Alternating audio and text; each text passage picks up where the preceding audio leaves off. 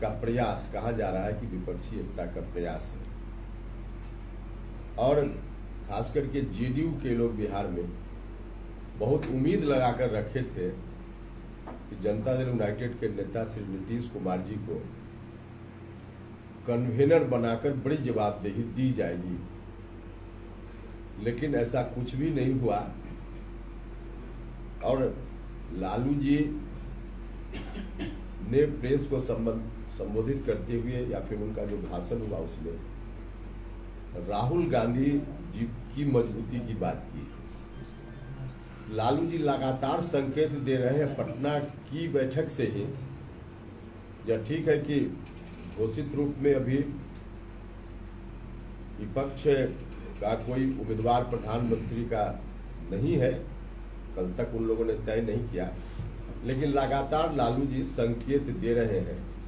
पटना की बैठक में भी उन्होंने यह कहकर संकेत दिया कि हम सब लोग तो बाराती हैं, दूल्हा तो राहुल गांधी जी ही हैं।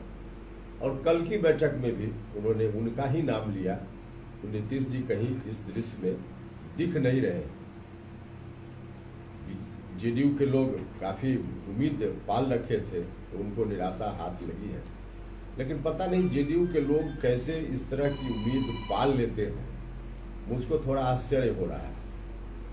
देखिए, अलग बात है कि लालू जी नीतीश जी आज एक साथ हैं, लेकिन जेडीयू के लोगों को कभी लालू जी पर बहुत भरोसा नहीं करना चाहिए। अपनी राजनीति आरजेडी की कैसे बढ़े, और फिलहाल तो उनकी राजनीति बढ़ने का बस एक ही है लालू जी का ध्येय कि अपने बेटा को बिहार का मुख्यमंत्री हम कैसे बना दें। उनके जीवन का अंतिम लक्ष्य है यह, इसी काम में लगे हुए हैं। इसमें नीतीश जी की मजबूती के लिए कोई काम लालू जी करेंगे, यह कहाँ संभव है? यह कहीं संभव नहीं। दिखाने के लिए भले कुछ उस तरह की बात लालू जी करते हुए दिखेंगे, लेकिन कहीं अंदर से कभी भी लालू जी नहीं चाहेंगे कि नीतीश कुमार की राजनीति बिहार में और आगे दिन के लिए एग्जिस्ट करे या मजबूत हो। आरजेडी का लगातार प्रयास इसी बात को लेकर है कि नीतीश जी आगे की राजनीति में समाप्त हो जाए और फिर एनडीए या बीजेपी इसके खिलाफ उनकी ही पार्टी एक बच जाए बिहार में। यह इनकी लगातार कोशिश है और इस कोशिश में लगे हुए भी हैं लालू जी। और इसी बीच जेडीयू के लोगों ने मन में पाल लिया कि लालू जी मदद करेंगे, तो कहीं से लालू जी मदद उनको नहीं करने वाले हैं, जो दिखा। और जहां तक जेडीयू का सवाल है, तो जब से नीतीश कुमार जी ने निर्णय लिया कि बिहार हम आगे आरजेडी के हाथों में सौंप देंगे, इस बात की घोषणा उन्होंने कर दी कि आरजेडी के राजकुमार अगला नेतृत्व बिहार का करेंगे। उसी वक्त से जेडीयू के जो समर्थक लोग हैं गांव में, उनके अंदर नीतीश कुमार के खिलाफ ही जबरदस्त आक्रोश हो गया, क्योंकि नीतीश जी की पूरी राजनीति जनता दल से 1994 में जब हटे नीतीश जी, उस वक्त से लेकर लगभग अभी तक लालू जी के कुशासन के विरोध में ही उनकी राजनीति रही है। उनकी पार्टी का जन्म भी इसी पृष्ठभूमि में हुआ। बाद में यहाँ तक कि 2020 का जो अंतिम विधानसभा चुनाव नीतीश जी लड़े, उसमें भी 15 साल बनाम 15 साल लालू जी के पुराने शासन का भय दिखा करके ही लगातार वोट लेते रहे और अंत में उन्हीं के शरण में जाकर खुद भी नतमस्तक हो गए और बिहार को भी वहीं ले जाने की बात जब नीतीश जी करने लगे, तो उनके साथ रहने वाले लोग ही उनके खिलाफ हो गए हैं। आज की तारीख में गुस्सा में है। तो ऐसी परिस्थिति में अब जनता दल यूनाइटेड का अपना कोई बहुत अस्तित्व आगे आने वाले दिनों में नहीं रहना है। लगभग समाप्ति के कगार पर यह पार्टी पहुंच गई है। तो खुद नीतीश जी की पार्टी इस रूप में जब है, तो देश में वो अलग भूमिका चाहते हैं, तो जिसकी अपनी जड़ ही इतनी कमजोर हो गई हो, देश में क्या उनको भूमिका मिल पाएगी। और जिसके ऊपर उम्मीद कि आरजेडी लालू जी मदद करेंगे, तो कहाँ उनको मदद मिलने वाली है वहाँ से। तो कुल मिलाजुला कर जो कुछ भी हो रहा है विपक्ष की एकता के नाम पर, उसका कोई बहुत प्रभाव बिहार की राजनीति में तो नहीं होना है, क्योंकि बिहार में सब लोग आरजेडी के खिलाफ ही ज्यादा बिहार के लोग रहे हैं और आज भी है। उपेंद्र जी, आपका जो कहना है कि महागठबंधन की जो सरकार है वो नीतीश कुमार को प्रधानमंत्री का सपना दिखा रही है और राज्य से पतन कर रही है। अब बिल्कुल कोशिश तो उनकी वही है, सपना दिखाए, लेकिन सपना सिर्फ सपना भर है। एक्चुअल में उस काम के लिए कोई ऐसा काम लालू जी करते दिखते कि एक्चुअल में इस दिशा में लालू जी कुछ कर रहे हैं, ऐसा है नहीं। तो सपना दिखाना और बात है, लेकिन सपना दिखा करके किसी तरह से अपने बेटा को कैसे हम बिहार का मुख्यमंत्री बना दें, बस यही उनकी मंशा है। क्या नीतीश कुमार को कोऑर्डिनेशन कमेटी में शामिल करेगी इंडिया? अब देखिए, अब इंडिया के लोग क्या करेंगे यह हम कैसे बता दें, शामिल करेंगे लोग उनको कि नहीं करेंगे यह हमारा विषय नहीं, हम कैसे बता दें। लेकिन कोऑर्डिनेशन कमेटी में अगर शामिल भी होते हैं नीतीश जी तो एक मेंबर बनना, अब यही मकसद तो उनका नहीं था।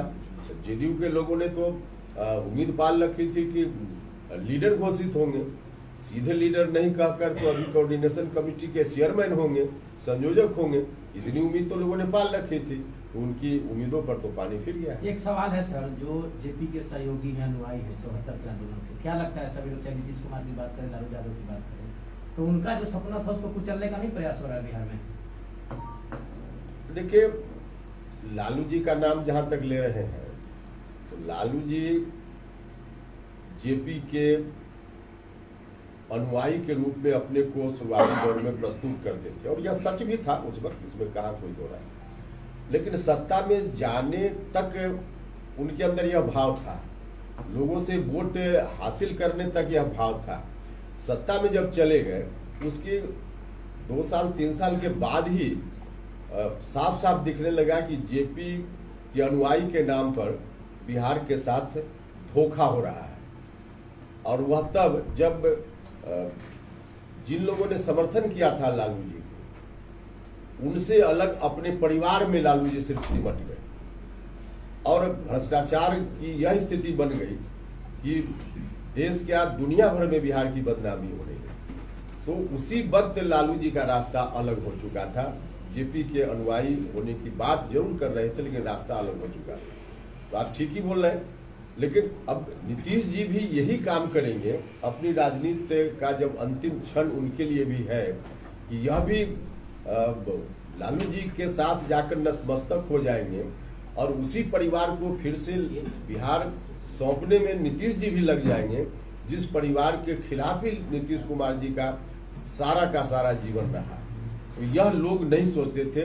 लालू जी ने किया, लोगों को लगा कि लालू जी चलिए उनकी मर्जी, लेकिन नीतीश जी से तो यह अपेक्षा नहीं थी जिस रास्ते पर नीतीश जी चले गए। सत्ता के खिलाफ अगर संगठित होने की बात होती है तो बिहार के लोग ही उसमें आगे आते हैं। जैसे आप जेपी की बात कर रहे हैं, तो आज नीतीश जी भी आया, उस समय भी सत्ता परिवर्तन हुआ, आज फिर बिहार से आवाज उठी, विपक्ष सारा एक हो रहा है, तो फिर कहीं वही हवा तो नहीं चलेगी। देखिए, आप याद कीजिए जेपी का जो मूवमेंट, हम लोग तो जेपी मूवमेंट के बाद वाले हैं, लेकिन जेपी का जो मूवमेंट शुरू हुआ था तो सत्ता परिवर्तन की बात से नहीं शुरू हुआ था। जो मुद्दा था, भ्रष्टाचार का मुद्दा, शिक्षा में आमूलचूल परिवर्तन कैसे हो, इन मुद्दों पर जेपी का मूवमेंट शुरू हुआ था। मूवमेंट तो जेपी से पहले ही शुरू हुआ था, छात्रों ने शुरू किया था।